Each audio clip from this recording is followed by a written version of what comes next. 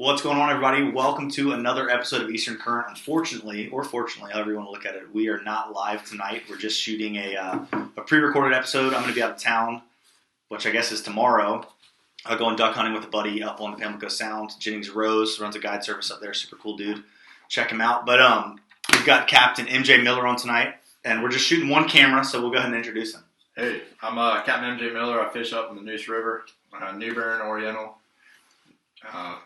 Trent River sometimes, as in right now. Kind of trout moved up there, so kind of targeting up some different areas that we haven't really caught fish there in 3 or 4 years. So That's awesome. It's kind of different. It's like you're catching trout with rockfish, crappie, so you got tons of boat traffic.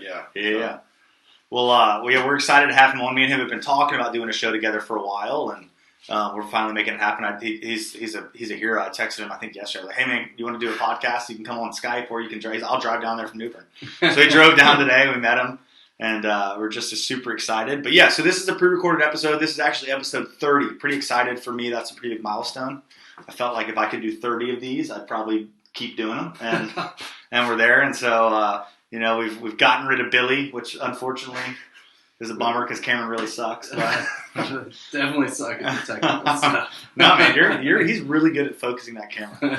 But yeah, so we're excited. Episode 30, we're going to keep crunching them out. We got some cool episodes coming up. I'm actually going this week to sit down with Chris Moorjohn, who was pretty much the developer of the modern day flat skiff. I mean, he developed, or he laid out and built all the original Hell's Bay models and whatnot, and so he's been living with my buddy in Goldsboro. They're building some of his boats that he's laid out, and so we're going to go over there and take a look at the shop and sit down and talk with him. I think we're going to do like a Joe Rogan style podcast. We're going to try to do like a 3-hour podcast and just sit and keep talking. My buddy who I'm going to meet with, he said, man, make sure you leave like 3 or 4 hours because he will talk, and it's all killer information. So we're excited about that one, and that will be a pre-recorded one as well, just because I wanted to get a really good quality show, and I need to take all the gear there, and Tuesdays don't really work for him, so I'm just going to pre-record it, and we'll upload that one as well. But yeah, episode 30, I'm going to just thank AFCO, Marshware, especially iStrike as well. iStrike, we love those guys. They make awesome stuff. If you haven't checked them out and you've been watching the show, what the heck are you doing? Go check them out. Go buy some stuff. But yeah, so MJ, what's MJ? What does it stand for? Michael J. J-A-Y. Is it Michael Jordan? No.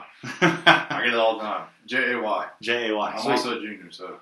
Michael J. Jr.? I like that. It flows off the tongue. My mom didn't want 2 mics in the house, so my dad goes by Mike, and I go by MJ. By MJ? Right on. So, I used to want to go by JB when I was younger. I don't know. I just thought it was cool. And then for a while, I wanted my name to be Nick. I thought Nick was like the coolest name when I was a kid. Now I love my name, but I wanted to have like a name everyone else had. But so let's start out with the question we always ask everybody, and that is, how'd you get into fishing? I got into fishing the first day that I think we moved to North Carolina. I'm originally from Baltimore, Maryland, so I moved here when I was 3. My dad took me to our neighborhood pond with this Mickey Mouse push button like Walmart rod, and I got broken off by like over 3-pound bass, and I was so heartbroken over it. My dad was like, "Did you see the bite?" My dad doesn't care about fishing. He's a big deer hunter, so like I try to drag him, and during deer season, they're like when the trout are good, he's like, "No, I'm deer hunting." I was like, "Come on, I need someone to go with me." Right. Like it'll be like I got an hour after work, I'll go. It's like, all right, cool. And then we start smacking trout, and he's like, "This is fun."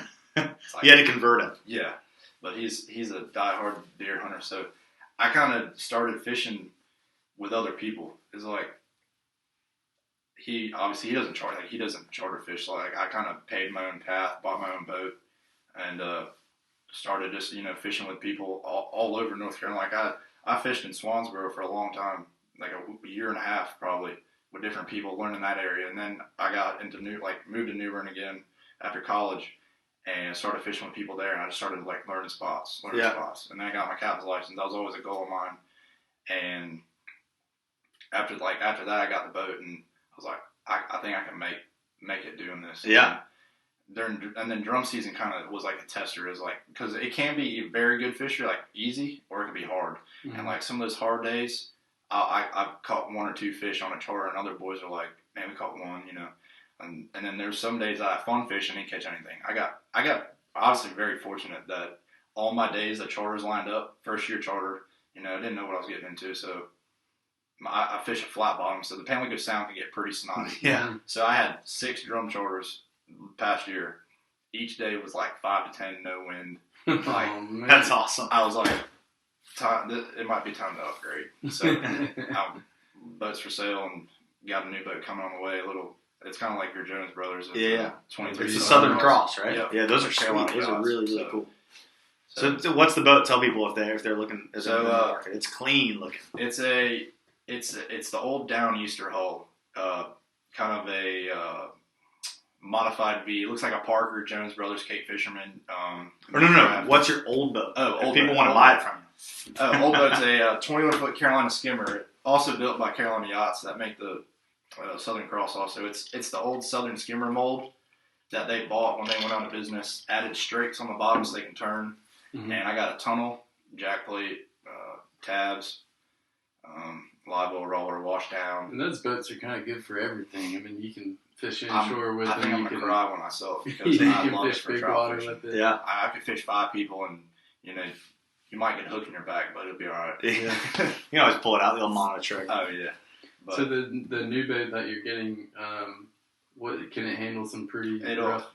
It's only got a 12-degree dead rise. It'll handle that chop, that wind chop that gets on the river. It's like that flat bottom will beat you to death, sort of, but it's every flat bottom. Because most people don't get as lucky as you did, where you get 5 days. I know a lot of my good friends that do charter up there. They were like, it was so rough they had to just resort to bottom fish dead bait. Yeah, but I love to pop and cork fish. So you definitely need slick cam days to fish that so you see the bait. So. Yeah, for sure. Are you fishing? Are you mostly running out of New Bern when you're fishing? Or are you trailering down and putting in closer to the mouth of the river? I can move. I can move wherever. So I can either fish. Right now, the fish have been in New Bern since the summer. So it's like I haven't really had to drive. But I fish tournaments like in the Bay River. Yeah, and, I love that fishery. Bay River is awesome. Until the nets get in there. Yeah, that's a whole other story. Yeah, and then love the Bay River too. Trailer down there. I'll trailer it to Oriental.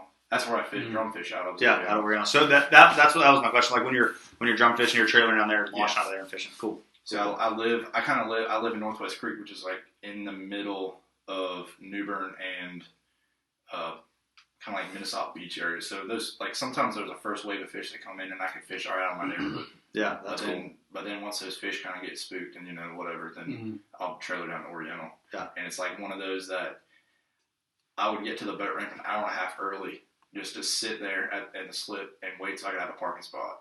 That's like how crazy it is. Really? Yeah. And I remember caught on down there. It really caught on. It's big. I think How long ago did it catch on about the big drum? Everyone's kind of fished with big drum, but then I think it was one of the guys that is a full-time guy down there, Gary Duvier.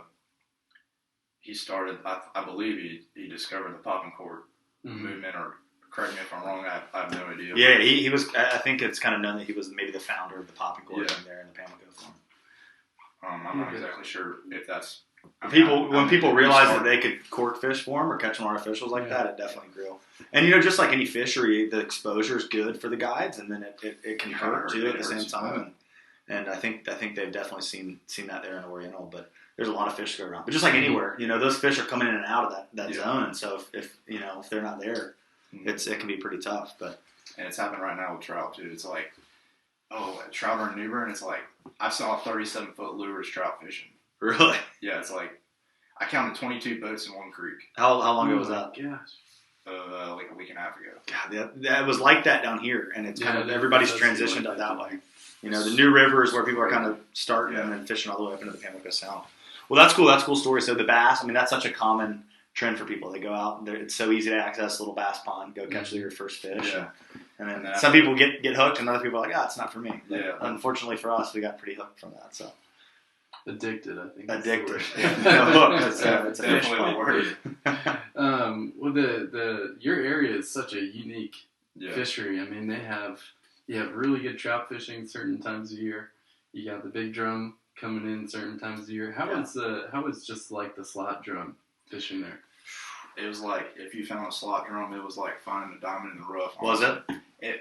See, a lot of rats though. Are there a lot of little guys around? Tons of rats. Yeah. It was like you could go to one bank and catch 5-6 rats in no time. Mm-hmm.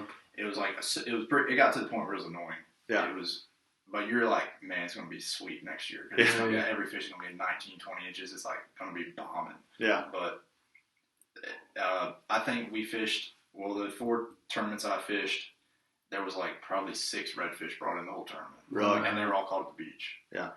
And a couple of them were caught in the river, 18 and a half, 19-inch fish. But it was that freeze we had, I believe, is what I've heard from a ton of people. That freeze we had 2 years ago was like negatives, 8, 9. Boat ramps frozen over. When the duck hunting was good.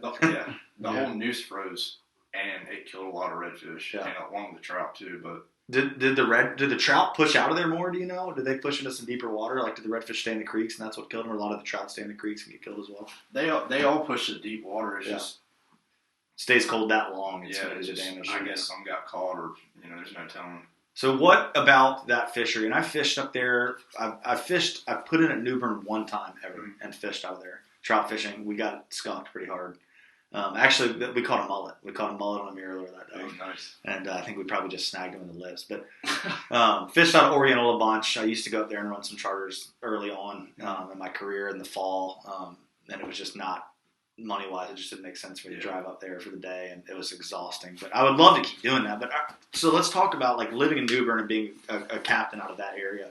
What would you say is the unique thing across the board about your fishery? Like, what do you really enjoy about that area? It's cool because you can, put in, downtown, which is not like you're in Charlotte or anything, Raleigh. It's little hometown, downtown, and boat ramps in the park, and you always got people watching you, so you better not end up a qualified captain. And it's cool when people show it, like you're done off your charter and you got 3 limits of fish on the deck, and guys, girls all come up and like, wow. Oh yeah. It's like, and it's cool because you're like seeing bridges when you leave, and then when you're past the bridges, you're in like wilderness. Yeah, for sure. This is absolutely beautiful. Yeah, it's all marsh and tons of cormorants and seagulls. Yeah. How many creeks are there between New Bern and Oriental to fish? Like to get off of the main stem of the river and tuck back in. Are there many? There's probably like 6 or 7. 6 or 7. You got Duck Creek right by the. They name all the creeks the same. Like the New River creek names are like the same as all the rivers up in the Pamlico. Like they get pretty uncreative. I feel like. Like New River's got a duck, and so it's like Duck Creek, and then Northwest Creek, then Broad Creek, then Goose Creek, then Slocum Creek, then Hancock, then Clubfoot, then Adams Creek. Then Oriental. Adams cuts back over to Dawson's Creek, then Oriental, and then South River. I like how you're playing them all. Thinking through in your head. I'm going up the that was going impressive. down. That was impressive. Yeah. Going down the river. Are there certain creeks that you kind of make your living in, like that you fish more than others? You don't have to share the exact creeks, but like, are you? Does it depend on the day, or are there certain spots that you seem like are better to you, or? It's just kind of like one of those, like, what creek's been hot, like. Yeah. And you got a network. You got your guys that you talk to, like, oh, I fished this creek. What'd you catch? Well, I'll warm out for like 30 minutes and then shut off. But they're here. Mm-hmm. Or I caught this here, and then the bite shut off, and then it got dark. Yeah. So you kind of like strategize. You're able to kind of hit all your creeks if it really turns on you. Like you show up, first 3 spots are duds. You're like, okay, well, I'm gonna go try this creek and work this bank. Yeah. I mean, the fish have tails. They're gonna swim for sure. Yeah, you fish swim. Exactly. Sometimes they'll be there, but they usually won't. Yeah. It can be frustrating this time of year. I feel like you see it more than anything as it gets a little cooler. Fish get locked into their little zones, and they'll be in there. You'll catch them good for a week, and you go back 2 days off the water, and you go back, and you can't find them. And by the end of the day, you finally find another group somewhere. It's funny you say cooler because the water temperatures. Yeah, I guess it's not risen. It was like 49 degrees before it got hot. Now it's like 64. Yeah, we had 64 today in the river. It's crazy. And catching them on top water. Yeah. Fish have got to be extremely confused as to what's happening. I'm just as confused. I'm nervous. We're gonna get it pretty bad cold weather February and March. Yeah. I hope we don't get a freeze, but it's like I feel like the year that it did freeze, we had this. It was super warm, and then all of a sudden we just got smacked by a huge cold front that set on us. If we have to get a cold front, I was like, why can't we just get it, in January during duck season? In February, it's just terrible all across the board. No, we can't get that lucky. But what's your favorite fish to target there? My favorite fish in the Neuse is the prized possession is the speckled trout. The speckled trout, and then the old drum. The old drum are fun, but they can get tiring after a month and a half. Yeah. But they're fun to catch, but there's not a ton of science to the redfish in general. Really, I will say it's fun when guiding, getting people on it. Oh yeah, it's a different reaction almost every time. Yeah, and then the trout fishing, I tell people you got to feel the bite. Yeah, the bite's the best part. It don't matter. It doesn't matter what size of fish is. The bite's the best part. Even for someone that's like, yeah, I'm gonna go down to New Bern and hire a guide, and you take them out and they catch a 30-pound red drum. Yeah. And they hook into it. They're like, holy crap! What is this thing? The best has got to be people that are don't realize that that's going on that time of year. They book a trip. They're in town. They go out. Oh man, this is crazy. This is awesome. They're like, what is an old drum? It's like it's a drum that's older than other drum fish. Yeah. That's awesome. That's cool. Well, Cameron's written out kind of some fishing questions here that he's going to dive through. We'll just let the conversation flow off of that. Yeah. So I think we all know that seasons affect the fishing, but in your area, depending on the season, what are you fishing for? So January through March, April, you're fishing trout still. I mean, it's trout year round, depending if we don't get a freeze or not. But those trout will be there all year. They'll be in those deep creeks, 17, 18 feet, up to 6 feet. You'll fish that ledge. Then going from, I guess it'd be April to July, you're fishing flounder, redfish, trout. Those trout will still be there. They'll be out the points of the sound, main river stuff. Yeah. They're a lot like bass, the way bass cycle through their positions. They like that. They like that mud in the wintertime, and then they'll go out to the sand where all those shrimp, shine or little menhaden? No, the mud minnows. Close. The killifish. Silver sides. Okay. Minnows, yeah. and then from July, end of July, I guess, to end of September is old drum. Old drum. Yeah. That's all. I can care less about a trout then. Yeah. And then October, it's trout.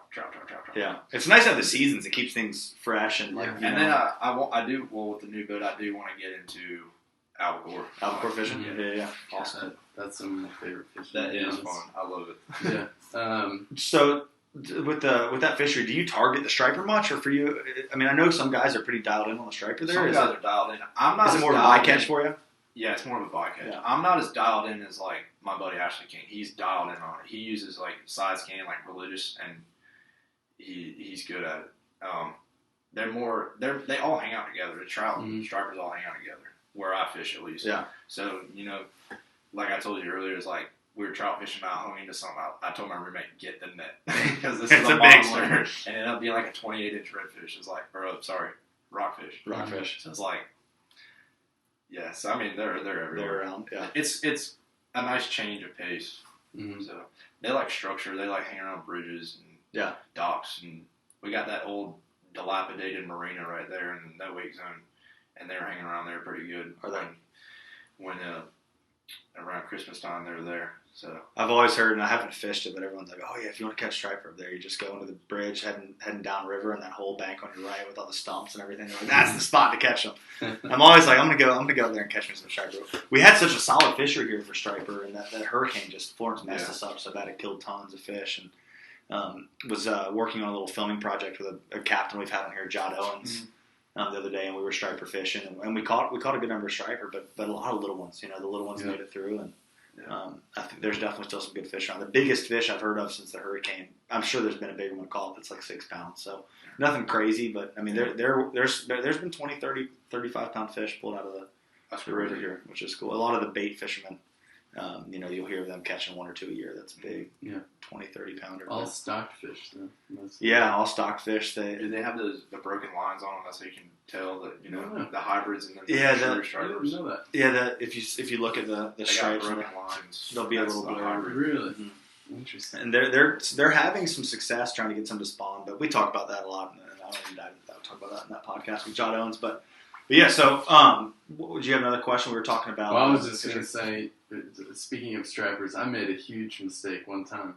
And the first time I ever went to fish for stripers in it was the Roanoke, upper Roanoke. I didn't bring a net. And I'm like, just thinking in my head, I don't use a net very often anyways.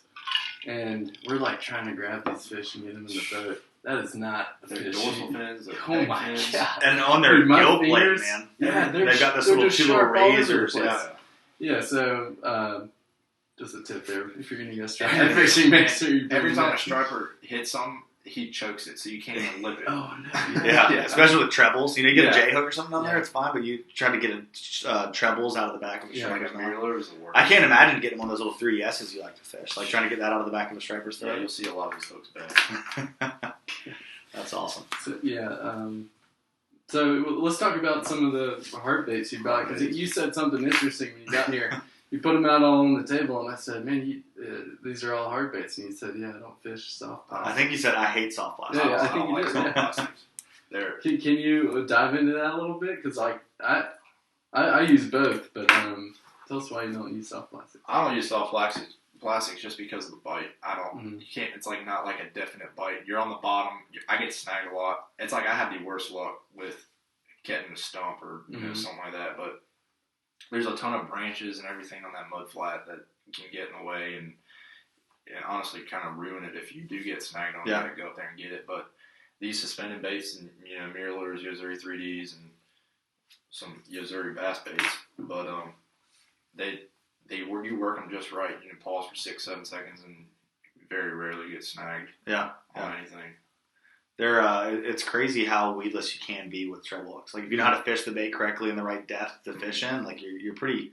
They can be pretty fail proof. I was blown away the first time I threw a square bill bass fishing, where I was fishing with my brother, and he's like, "No, you just throw it right up there in those stumps and whatnot." And the way the bill is designed and the 2 trebles off the back, they'll just bump all. You want it knocking off the stumps, and it's like a lot of those baits are designed really well to be weedless, and the cadence and how a lot of those like little Yo-Zuris and stuff will ride is that bill will kind of just barely. I mean, with those short bills, it can be a little tougher, but they work. They work. This is a deadly bait. Yeah, talk about that bait a little bit. So it's a floating Yo-Zuri. It floats, but it dives down. Hold it up for the camera real quick, right out there. You don't have to get super close, but what is that one called again? It's called a Yo-Zuri Flat Crank 3D. Okay. It's a bass bait, and it floats, but as soon as you pop it, it dives to like 1.5 feet, 2 feet deep, and it's got real short like little rattles. Shakes. Yeah. Mm-hmm. And you work it just like a mirror lure, and it floats up real slow and just. Yeah. Oh, man. And they thump it. They thump it? I like that color, too. That's a good-looking color. Yeah, and then this one's just got a bigger bill on it. Same thing. It's like it's 3D minnow, but just got a little more bill. Fish deep water. 6-7 feet of water. Yeah. There's just a normal 3D. I got these at Intercoastal Angler when I was here last time. So you were talking about the 3DS being your favorite bait. You want to go into why you like that bait so much? Because other than the fact that it just gets bit. No. Yeah. I like the 3D just because of the size. Like, you look at a mirror lure and you look at 3D, it's like, mirror lure is kind of like a main, and then this like 3D is a little slim shape. And I feel like that they're feeding on something a little small, wintertime, something smaller, and it's a good fish. I call it the fish finder. The fish finder. Because if there's a fish, it's going to bite it. It's going to eat it. And I threw one today, man. They wouldn't freaking touch it, but I do love the 3DS, man. I throw that bait a lot. The redfish love it too. Have you caught some redfish on over there? Yeah. The only problem is the hooks they come with, man. You hook like a 20-inch redfish, and do you change your hooks out on them much? Yeah, I change these out with some heavier hooks so they'll sink a little faster. Yeah. But I need to change them again. Getting bent out a little bit. Yeah. That one looks like it's been chewed up a little bit. So, you got any more questions there you want to dive into? Yeah, so, I mean, what kind of rod and reels are you using? I throw those Florida Osprey 3000s, fish Shimano Nassies. I might have to get a new shipment of Shimano Nassies in because I've had them for 3 years. They're straight bulletproof. Are those the ones that you use for trout? Yeah. And for redfish? I use, actually got a deal on some Fenor lethals for drum. Mm-hmm. So I got 4000s and 5000s of those that I throw pop and cork, like 40-pound test braid. You may have said it earlier, but what reel do you like for trout? I like a 3,000 or like a 2,500. 3,000. Like 15-pound braid. It's like it's a perfect all around rod. Yeah. What do you fish leader wise? Right now I size down to 12. 12 pound. Yeah. So I'm fishing. Like, does the water clear up that much in your area in the winter? It does, sort of, if it doesn't rain. It's like a tea color, like a clear but stained. It's like right now. It's like there's nothing even here to compare with. You're gonna have to use your words to describe it. It looks like that. It's like an orange, copper, nasty, like from the rain we've been having. Yeah, I was surprised today in the Neuse River. It was pretty nasty. You get back in some of the creeks and it's better downtown in Jacksonville. It was gross orange. Do you ever put any scent on these? I know people that do, but I think it's dumb. Yeah. I think it's so dumb. I know some guys around here that do real well and they like scent on. I've talked to some guys that even put scent on their top water plugs, which is interesting. I've never done it, but. You know? I mean, because on the thing it says like for soft and hard plastics. Yeah. Right? Oh, there's guys that put them on hard baits. I've never put it on. I think on a bait that you're twitching and letting it pause and sitting there. You know, you twitch it, some comes off, and then you're getting this cloud of scent off that bait. I think it can be effective. No, I have used it because I do fish with people that do use it, and it's like, man, if they start jacking fish, then I have a bottle, but it's like I never use it. Yeah, I like to use it as well. Mostly on soft plastic, you get those pockets where you can slide that stuff in there, and it makes more sense. And then you get it all over your hard bait, and you got to put it back in your tackle box, and it's slimy, and you get it all over your. Dude, that stuff on your fingers, man, is grimy. Yeah, when I do use it on soft plastics, my pants are just like smeared with it. It's nice this time when you got bibs. You can just wipe on your bibs, but. All right, so let's get we're going to get kind of technical here, but let's dive into the trout again because trout's been super popular this fall. It's been a good year. Everyone really wants to know.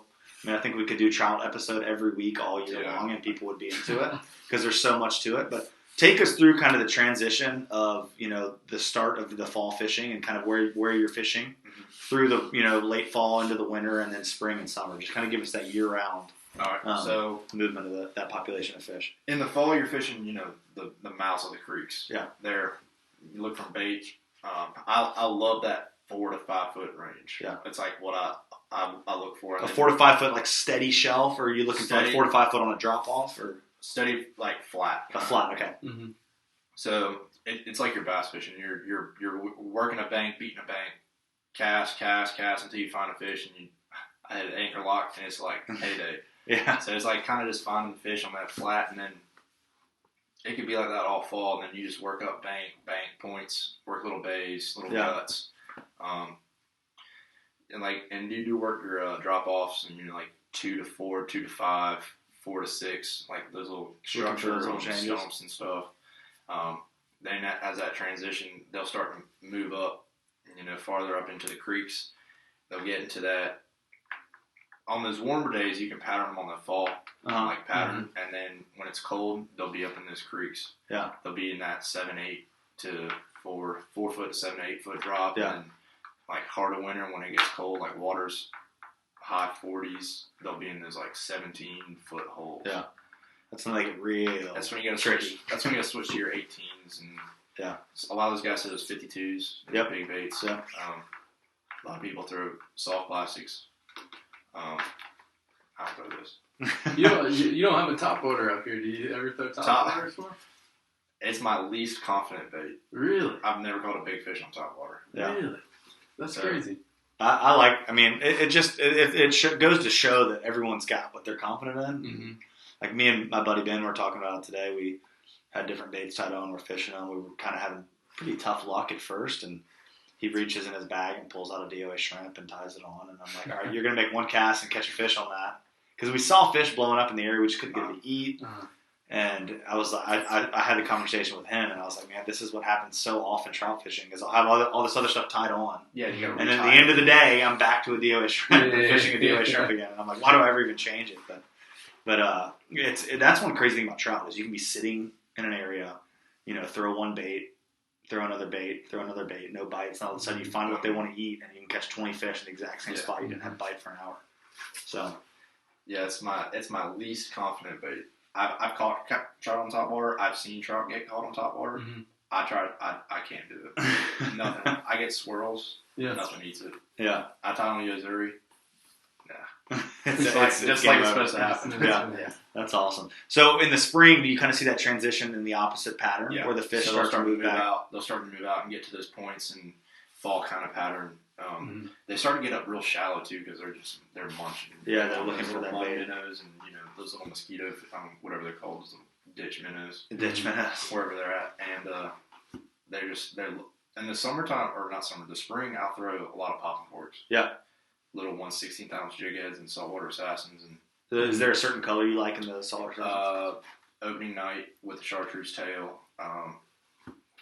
There's another little coffee color with a chartreuse tail. Kind of like a natural, like a brown. Yeah, like that color right there. Oh yeah, I like that. The chartreuse tail.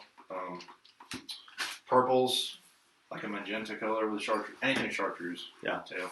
Yeah, that popping cork's a nice bait when they're on those flats. Because you can hold it in an area. It's like a suspending bait. It sits in the strike zone the longest out of any bait there is. When you're working a popping cork, what's the longest you'll let it sit? Like in between pops. And then I'll reel on my slack. So just single pops? Yeah. Single pops, I like it. Everyone's got different methods. What's your popping cork by the camera? You're a popping cork assassin. This year I was, man. I really enjoyed fishing a popping cork actually. I don't know. I think it just depends. Like I'll throw it out there and I'll try, one pop every, let's call it 3 seconds or so. Yeah. No bites. I'll throw it out there again, do 2 pops. If no bites, throw it out there, pop it a lot faster. Yeah. And, I mean, it just depends. But generally speaking, I feel like it's 1 pop every 3 seconds or something like that. And for sure. I think I'm more of an aggressive. I'll be like pop, pop, pop, and let it sit, and then pop, and then let it sit, and pop, pop. I'm changing it up. See, I do it real. I'm super soft. Yeah. I don't like. Yeah. I like drum fishing. You got to do that. Yeah. Oh my gosh, it'll kill your shoulder by the end of the day. It's funny, man. Popping cork fishing's funny. I mean, I feel like we could maybe do a whole episode on pop. I'm never going to do it, but a whole episode on popping cork fishing, man. But there's not watching a popping cork go underwater. It's so rudimentary. Like takes you back to the early days of fishing a shiner under a bobber. And it always happens when you're like, when you're not looking, and then your buddy's like.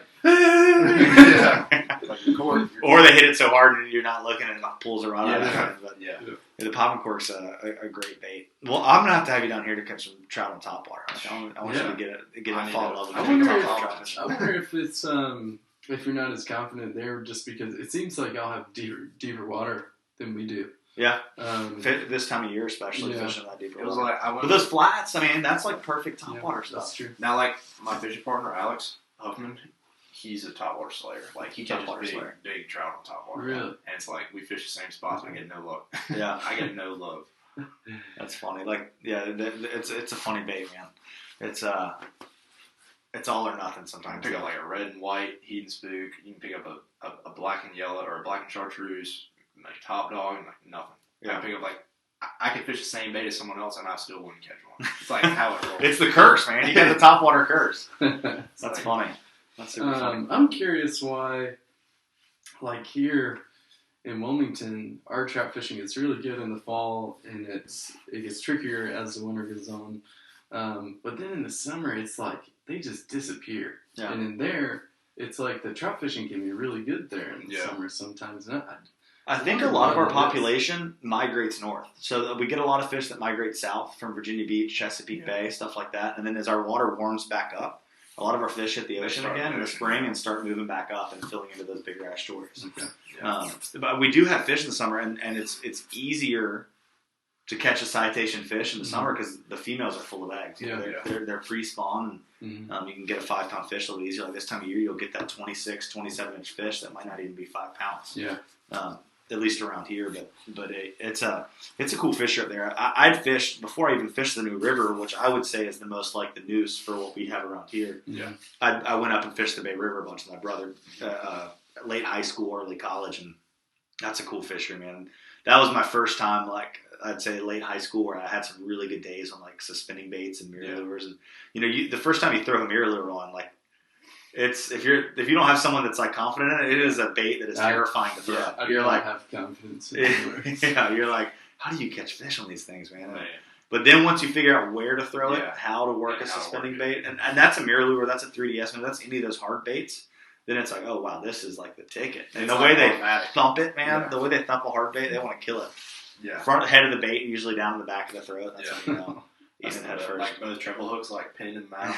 Each corner is like, get the pliers. It's nice. It's nice when it's a big old fish and you're glad you got on the boat. When it's like a 16-inch fish with that thing jammed back in there and you got to get it out. It's so annoying. Snaggletooth. I was scared of the trout. I haven't caught trout well recently, like the past couple of weeks. I've been red fishing and I got a hook in the hand today, and then all the trout I wasn't hooking, I was like, I don't trust these things. I'm so good at handling them early this fall, and now I'm nervous I'm going to get a hook. I don't know when they're going to shake their head. And that, man, when you set on a trout and they come up and that just thrashing that head back and forth, I love it. I was fishing in like nighttime with one of my buddies. It was like spur of the moment trip, and it was actually the last full moon in December, and I was like, let's go. He's like, all right. Drove down from Greenville. Put the boat in the water like 6 o'clock. It was already dark. Get to the spot, anchor lock. I was like, I think they're right in here. Started fishing in the dark. You just hear. Yeah. We're just.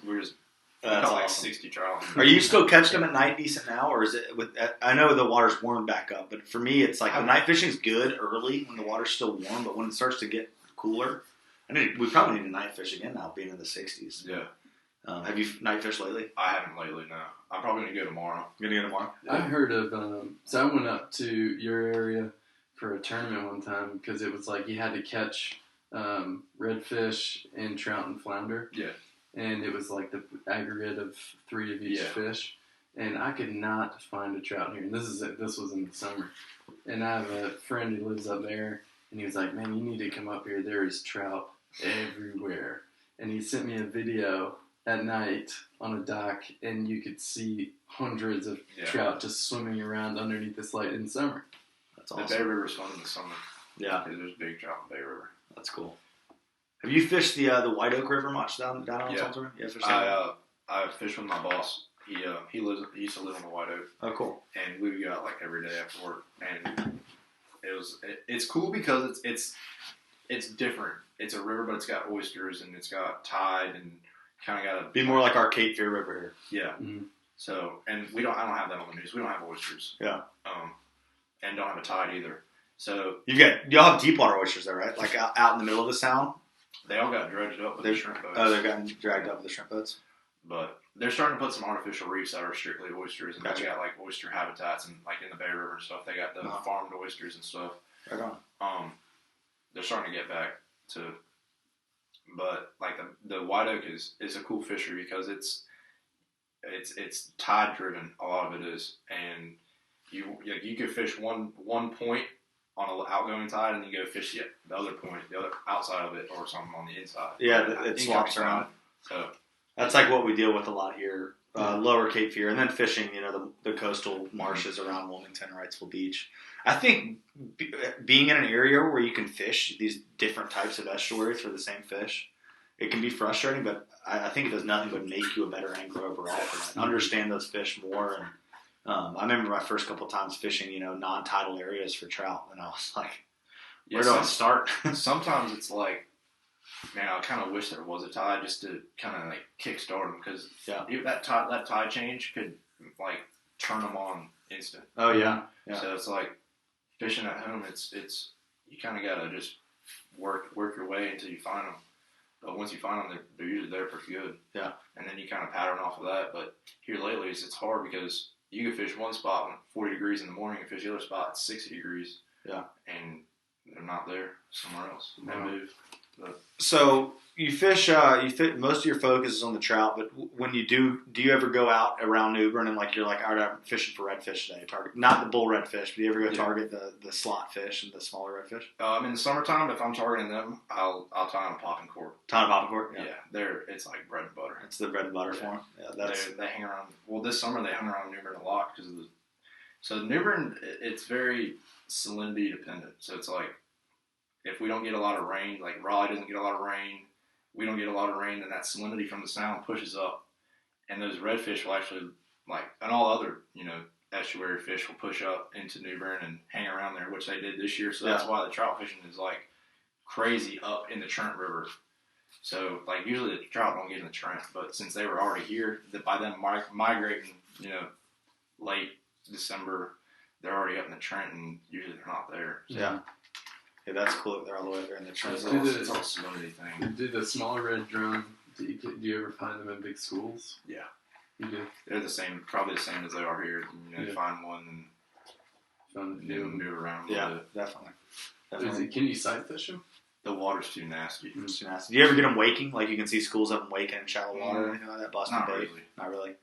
That's one of the things that is fun. It is fun, yeah. And I just love that. That just brings me back to loving Wilmington because we've got. But you got it. I mean, if you make it over, the Core Sound or over around Atlantic Beach, you can get some of that stuff. Harker's Island. I have done it with a buddy there. That was I side casted my first redfish with down at Harker's Island, seeing his tail, and I was like, yeah. In the grass, where you're fishing the grass, yeah, that's fun. It's fun. God, it's almost non-existent here now, though, man. It's been the last 2 years have been frustrating trying to fish the grass. Where in high school, I'd go out not knowing what I was doing. Go fish the same 100-yard flat every time and see 20 fish. And now I'll go fish, every flat I can in a tide and see 3 tailing redfish. It's just tons of pressure.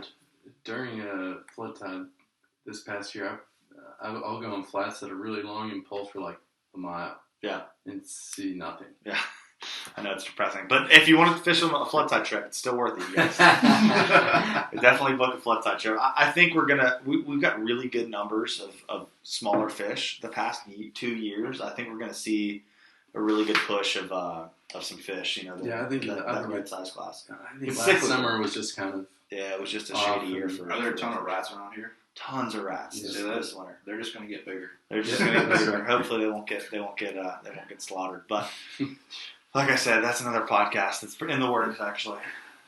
I'd heard of someone told me that somewhere in the Neuse, it was either Neuse or Rona, they have an area now that has banned gill nets. Yeah, for the stripers. For the striper. For anything too. Past the ferry channel. From Minnesota Beach to Cherry Branch, they passed I guess it's a rule law, or whatever, that you're not allowed to gill net up from there up to New Bern. Oh, wow. So that's like most of the creeks that I fish.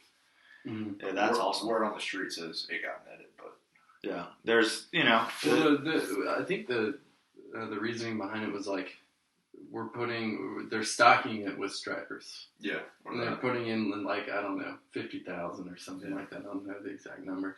They're like, we're paying, like $1 million or whatever to put these fish in, and then they get taken out. Yeah. So we just keep paying to put these fish in. Just throwing the money in, that's nothing. Yeah. That's tough.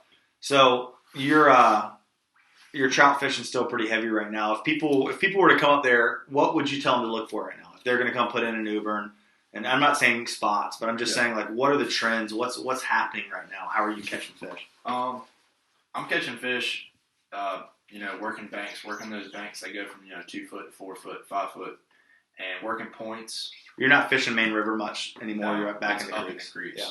But some of those creeks can go and wind, and the deepest a creek is 6 feet. Yeah. And look for mud. Around the mouth will be sand, but don't let that fool you. There's mud all the way at the back. Yeah. Like upper broad, gets 20 some feet deep, and those fish will sit up there. But on a warmer, sunny afternoon, you don't be afraid to fish 4 feet of water if the wind or the air temperature is 50 degrees. Yeah. Because they'll get up there on those flats. Yeah, they'll move a lot. Like people think, wintertime they're just going to be sitting in the deep holes. They're transitioning. They move up and down from those flats. How important is it to be around bait for you? It's a hit or miss. Hit or miss. And you can either see them busting or you catch a fish and there's like not a sign of bait. Mm-hmm. It's kind of like it's real weird. Like you can see those stripers always crushing bait. Yeah. Because they're big swirls and so you can throw them in there and catch some stripers doing that. But like trout, you can actually probably see them head waking sometimes. They're either big mullets or big trout, but you always catch trout around them. So, yeah, for sure. So the bigger fish are going to eat bigger baits, mullet, and we have a ton of pogies in the river. Yeah, in the creeks. Big size pogies or the peanuts? Big pogies. Right on. So those big trout are eating some of those big pogies. Did y'all see that picture that was circulating on Instagram? It was the trout with the redfish in it. Yeah, it was like down Florida or Texas. Yeah, it was in Florida. Yeah, Chris Bush from Speckled Truth just did a podcast. If you haven't listened to that, and if you don't listen to that, check out the Speckled Truth podcast. Awesome podcast. Yeah. But he just interviewed that guy, and that's a really cool story where he fishes, and it's like a dammed off lagoon, and they catch some really big trout in there. There's inbreeding in the trout population there, and so they're like losing their spots. He was saying, but they're like these big spotless speckled trout with like these dark purple backs, really cool. But he had a whole redfish hanging out of his mouth, and he still ate a soft plastic or whatever that ended up eating. Today, what was crazy, man, and Ray Britton, who we've had on the show, who I really take a lot of stock in what he has to say about trout fishing. He's an incredible trout fisherman, and he said he'll go into a creek sometimes, kill the motor, and sit there and just watch for the bait. And this is the Neuse River, it's different than any, like all fisheries are different. But today we were in a creek. He's always saying he's looking for that nervous bait. And I feel that sometimes. I'm like, the bait's always nervous. But today there was bait everywhere, flicking in this one spot we were in. And there was like this, 20-yard stretch of bank that the mullet and the menhaden there kept getting real nervous, like all waking up on the surface. And we're getting a few bites in this other area, and we go over there and both throw in there, and like immediately, boom, 2 fish on. And that was the zone where those fish were really targeting that bait on this little knuckle, like a small little point, a little bit of a pinch point. But I think we had probably 10 to 15 bites out of that one spot where that bait was acting just a little bit different than the bait in the whole rest of the creek. And that, to me, up there, that was the first time where I really saw the bait acting a little differently, and it paid off. Like I looked for it; it was real calm. I could see the bait, and it really paid off. And I was like, God, that's what he's talking about. And, in the tidal areas, it's tougher to know because everything's getting flushed through, and maybe there's a trout sitting on a point blowing bait up. But like knowing where there might be a school of bait pushed in, it can really help with those areas where the water's not really moving that much. I look for jumping mullet too, because you're like, well, if a jumping mullet's in there, then it might be the right temperature. There's obviously food for them to be there. Yeah. And other bait fish are going to be there also. So like I like to fish around where there's mullet, like you can see other fish. Definitely. And sometimes it's not even.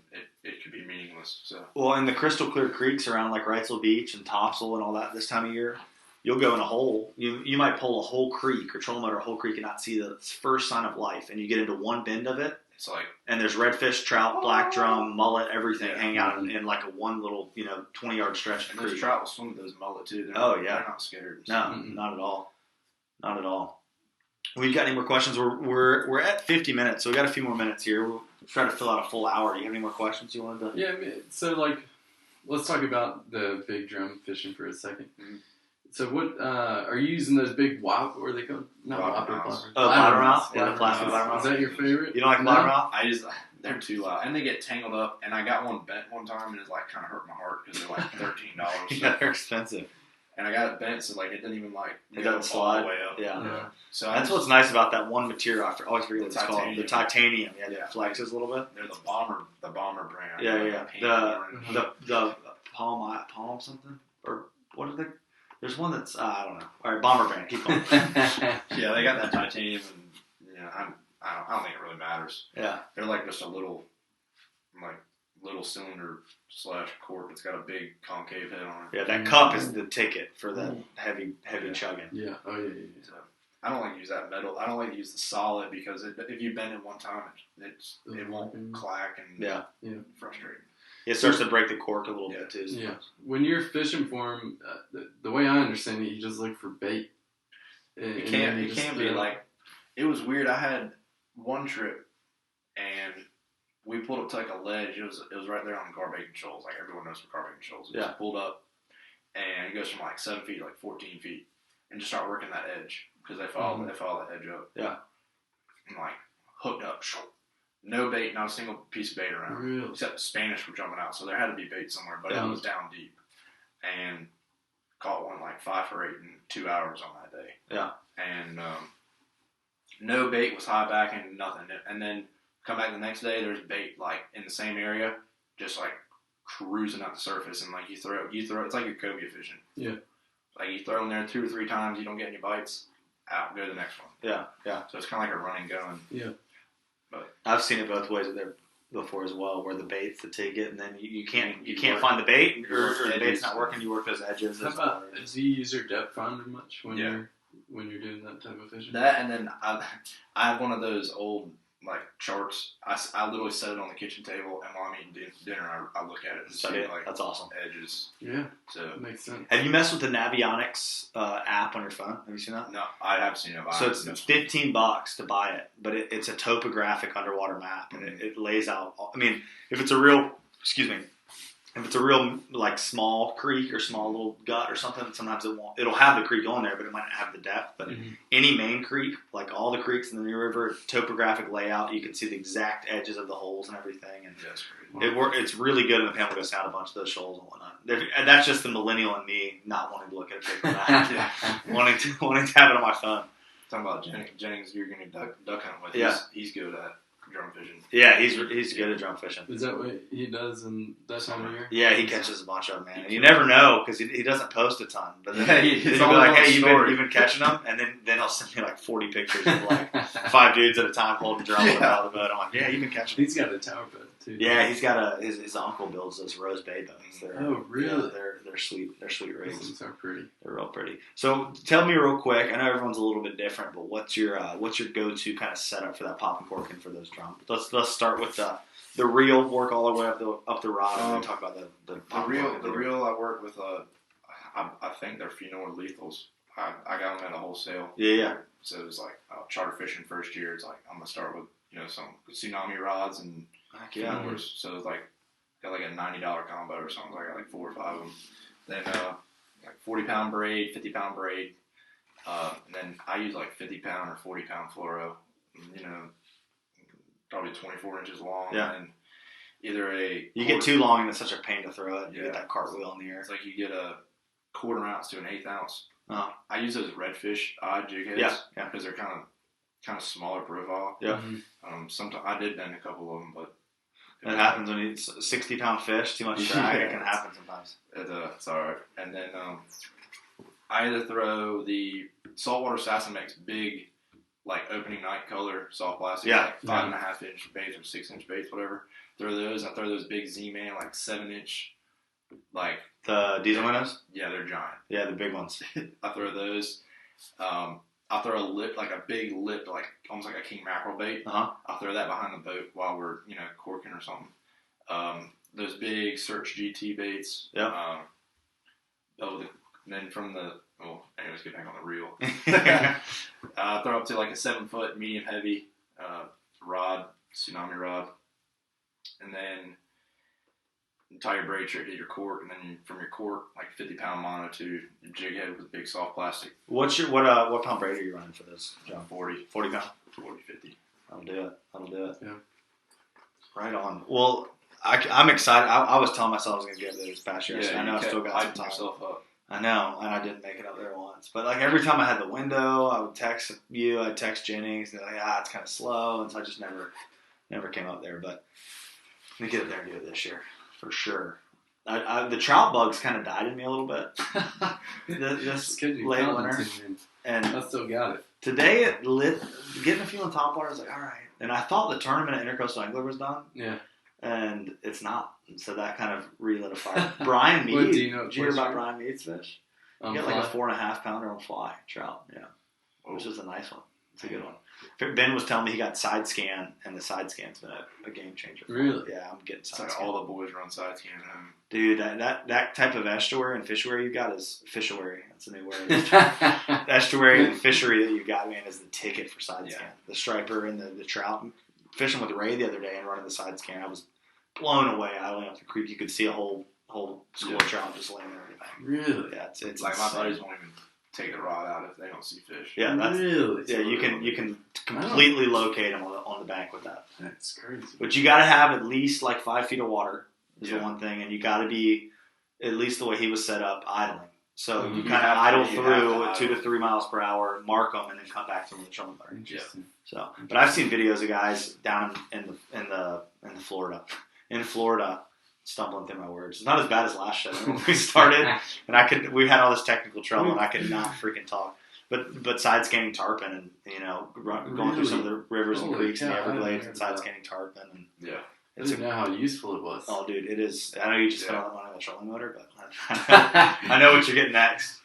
You like them? Have you ran the trolling motor? Man, I can't. I haven't even used it yet. Oh man. I went from a handheld to iPilot, and the thing that always got me was like, because I fish by myself a decent amount, and like if I had the handheld one, I'd be like in a creek, but we get a lot of current here, and especially in the fall when you're fishing a lot of like inlets and stuff. I'd be like reeling in a fish, and I'm like trying to put like reeling in, not trying to like get off the spot, and also like not trying to drift into another boat. Man, and then like I get it on the anchor lock. That's what I'm like so excited for. Yeah. And then you go to land it, and your boat's like spinning circles. You go to land it, and it's like deep in their throat, and you're like trying to do it, and then you're like hitting the trolling motor with your hip. It is nice though when you're because making small adjustments, having to take your hand off the reel. I wish they would make a tiller that also had a remote control. I think that would be the ticket because you can sit there and turn it with your leg is nice. Or just a tiller that has maybe they make spot lock. Yeah, where you can just press a button and lock in. Yeah, that would be because I like being able to navigate with my hand. But having spot lock is going to be a game changer for me. Yeah, it's a game changer. Sometimes the remote loses contact with the battery. Sometimes, so like you got like. Yeah, mine does that too. Or I'll put a new battery in it. It's like telling me that it's almost run out. I'm freaking out. But for guiding though, I gotta think that like having the remote is best because you can sit in the back of the boat. Yeah, and just sit there and steer it, and the two people are on the bow fishing. You know. Yeah. Oh, it's perfect. So. And offshore too, like nearshore fishing, flounder fishing for mackerel. Be able to lock that thing in and or make minor movements in 30 feet of water that are really hard to do on an anchor that you can do with spot lock. It kind of opens. You can really pick a wreck apart in deep water. For sure. That's another place with a side scan I've heard and watched. I've watched videos. I've never been on a boat using side scan offshore, but it can be. It only goes up to about 60 feet. You kind of lose it after about 60 feet, but in like 30 feet of water, so that nearshore flounder fishing, seeing the little edges and pockets off of a wreck or on. I would have no idea how to read a side scan. Like I thought the same thing, shadows. But the way Ray had it set up, you could. I mean, there was no doubting that those were trout. And you can see the guard too. I mean, no doubting that it's fish. Maybe it's a school of mullet, but bait shows up very differently. Bait, you just kind of get this cloud on there. Yeah. But fish, you get like a fish. I mean, you could count the fish in a school. So it's pretty impressive. But yeah, side scan, man. I do that for striper because they get real good in my neighborhood. Oh, they do. They're just like big man-made harbor. It's like all 12 feet deep, and you like the way I do is I just like hang out and. Get a buddy or something. We'll go hang out and get a couple beers and just go like troll big, deep divers. Yeah. And slow troll them and put side scan on. And be like, oh, they're right here to the left, and like you make a turn and baits go through. It's like that's awesome. Yeah, that's fun. That trolling for striper that's in like February, March. Like it's cold. Like you got nothing to do, and it's a Sunday afternoon kind of thing. That's awesome. That's fun. Well, when that's happened, you might have to give me and Cameron a call. Slide out Saturday and do it. I'd love to. I know now it's the long grind until turkey season. Now I'm starting to drive my fields and I'm like looking out the window. I'm like, where are you, turkeys? I went to one of my boss's properties today, and there's like 14 turkeys in the duck impoundment. Oh, really? Yeah.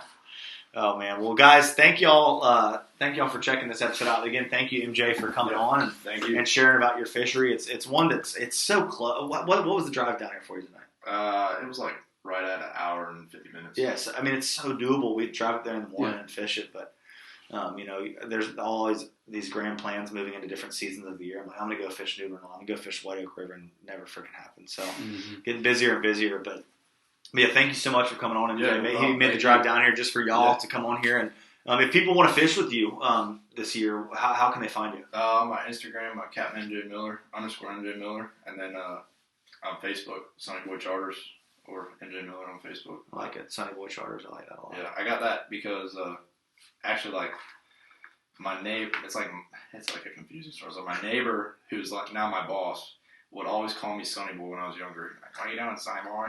And after that, we all like my friend and I started calling each other that. And it sounds cheesy, but it's got a story behind it. Oh man, that's cool. Awesome. I don't think it sounds cheesy at all. Like I don't know. The stories that come up from my old name, Muddy Fly Guide Service. I'm like, why do you have a muddy fly? I'm like, all right, I didn't see that coming. But you're, I like that name, man. Anything with a good backstory is awesome. Yeah, it's like people are like, that's dumb. Like I told my parents that, and they're like, why?